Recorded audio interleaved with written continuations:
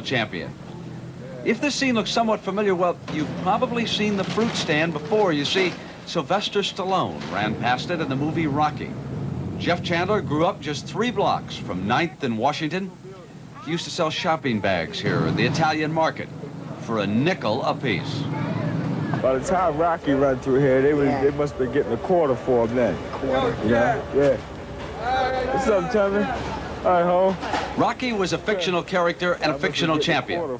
Jeff Chandler is very real. He proved that last November in the Miami High Life Fronton when Chandler, on the left, decked former WBA Bantamwt champion Julian Solis at the end of the first round. Then in the later rounds, Chandler hammered relentlessly at Solis. Finally, in the 14th, the referee stopped the fight, and Jeff Chandler became the first American Bantamweight champion in 30 years. Back home in South Philly, the new champion took that first big paycheck and purchased this house that his mother had been renting. On the streets nearby, where he grew up and still lives, Jeff Chandler is now a neighborhood celebrity. But it wasn't always like that. He had to learn to fight just to make it to school each morning. Yeah, well, everybody did. Even my mother. Let's sum it all up in one word: tough. So from street fights to gym fights was an easy transition for Jeff Chandler. Before winning the championship, he piled up a record of 22 wins, no losses, 11 knockouts. Chandler has defended that title twice. Both fights went the distance. One ended in a draw, and in this one against Jorge Lujan, another former Bantamweight champion, Chandler scored heavily in the middle rounds. But he was unable to finish off the challenger.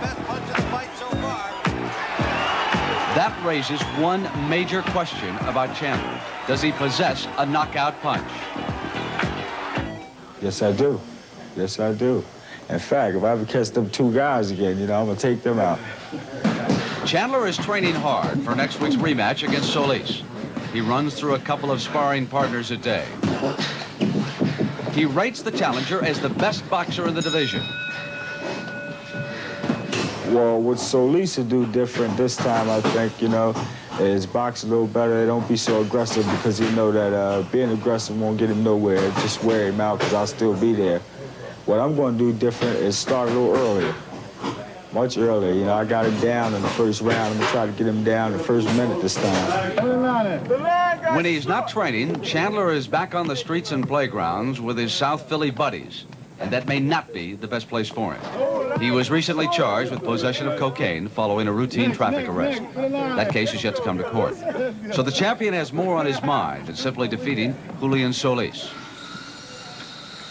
He is already looking past Solis to a fight for a unified championship. So the WBC champ, why is this guy running? That's what I want to know. Why is he running, I see now that they got the Hearns-Leonard fight. They're unifying the title. They can't tell me that they won't unify the title. They can't unify the title. I can see it can be done. If it's done with them 2 guys, it can be done with anybody.